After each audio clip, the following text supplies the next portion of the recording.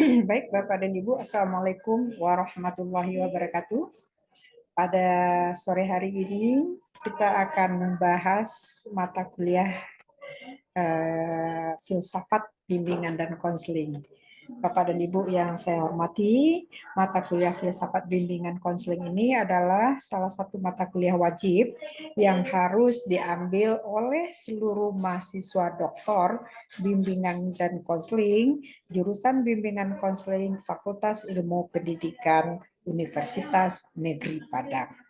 Seperti kita tahu bahwa filsafat bimbingan dan konseling ini akan memberikan wawasan kepada kita bersama tentang filosofi dari teori-teori bimbingan dan konseling dan bagaimana filosofi itu bisa kita terapkan di dalam memberikan pelayanan bimbingan dan konseling di sekolah. Nah, untuk itu, Bapak dan Ibu, deskripsi pembelajaran kita bahwa filsafat itu adalah pandangan yang paling mendasar, pandangan yang sangat mendasar, yang menjadi landasan terarah pada wujud kehidupan manusia dalam bentuk perilaku. Dalam keilmuan bimbingan dan konseling, materi filsafat yang dimaksud itu akan mewarnai segenap komponen bidang keilmuan tertentu, termasuk bidang bimbingan konseling, yaitu komponen ontologi, epistemologi, dan aksiologi. Nah, tentu ketika kita mau belajar tentang bimbingan konseling, tentu ontologi, epistemologi, aksiologi, khusus kita bahas dalam bidang keilmuan, bimbingan, dan konseling. Konselor adalah pendidik. Maka implementasi filsafat yang dimaksudkan itu sekaligus terimplementasikan ke dalam integrasi kinerja konselor yang merupakan pendidik yang profesional. Nah, Bapak dan Ibu, komponen bidang keilmuan bimbingan dan konseling antara lain komponen ontologi, epistemologi, dan aksiologi keilmuan bimbingan dan konseling itu adalah menjadi pembahasan kita pada minggu pertama. Pada minggu kedua, kita akan melihat bagaimana pemikiran Al-Farabi dan bagaimana implementasinya dalam bimbingan dan konseling.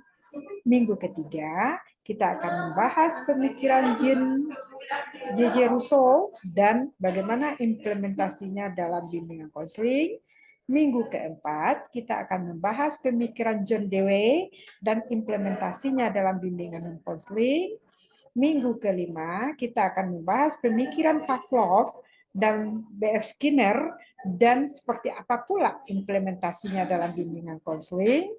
Kemudian minggu ke-6 Bapak Ibu akan bersama-sama membahas pemikiran Syir Muhammad Iqbal dan bagaimana implementasinya dalam bimbingan dan konseling. Minggu ke-7 kita akan membahas pemikiran Paulo Freire dan implementasinya dalam bimbingan dan konseling. Minggu ke-8 pemikiran Al-Ghazali dan implementasinya dalam bimbingan konseling. Minggu ke-9, pemikiran Ki Hajar Dewantoro dan bagaimana implementasinya dalam bimbingan konseling. Minggu ke-10, pemikiran M. Syafi'i dan bagaimana implementasinya dalam bimbingan konseling. Minggu ke-11, kita akan membahas pemikiran Ivan Illich, implementasinya dalam bimbingan konseling. Minggu ke-12, kita membahas pemikiran Hamka dan bagaimana implementasinya dalam bimbingan konseling. Minggu ke-13 kita membahas pemikiran Rahma El Yunusyah dan bagaimana implementasinya dalam bimbingan konseling. Minggu ke-14 kita membahas pemikiran Ibnu Sina dan bagaimana implementasinya dalam bimbingan konseling. Minggu ke-15 kita membahas pemikiran Ibnu Rushd dan implementasinya dalam bimbingan dan konseling. Oke, Bapak dan Ibu, karena ini adalah semuanya yang di hadapan saya adalah calon doktor, maka tugas-tugasnya tentu tugas yang berada pada KKNI level 9 dan level 10.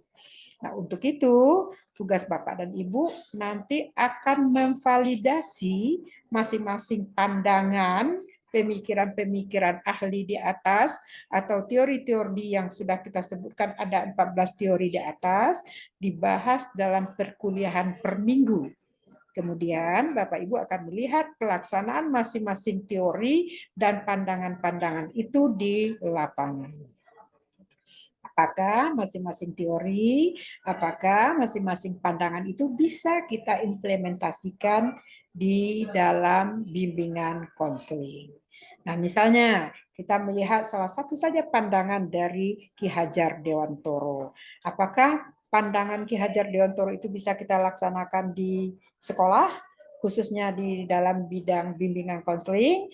Saya melihat bahwa salah satu pandangan Ki Hajar Dewantoro tentang manusia itu bahwa semua anak itu memiliki kemampuan yang berbeda-beda.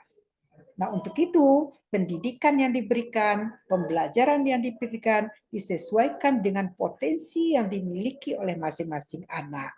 Nah, itu kan contoh saja. Nanti Ibu Bapak akan mengupas habis masing-masing pandangan dan teori itu. Kemudian silakan dilihat apakah di sekolah bisa dilaksanakan. Oke, Bapak Ibu, pelajari, pahami, dan analisis masing-masing pandangan dan teori tersebut.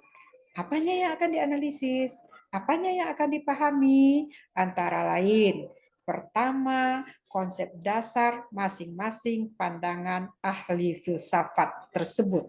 Seperti yang sudah kita gariskan, yang sudah ada di dalam RPS Bapak dan Ibu. Nah, yang kedua, pandangan masing-masing ahli filsafat tentang hakikat manusia. Jadi silakan dicari dulu konsep dasar dari pandangan ahli tersebut. Misalnya Ki Hajar Dewantoro, silakan dilihat bagaimana konsep dasar dari teori itu, dari pandangan pemikiran Ki Hajar Dewantoro. Kemudian bagaimana Ki Hajar Dewantoro melihat, memandang tentang hakikat manusia itu sendiri. Setelah Bapak Ibu melihat pandangan dia terhadap hakikat manusia, silakan Bapak Ibu pergi ke lapangan, lihat bagaimana implikasi atau kenyataan di lapangan.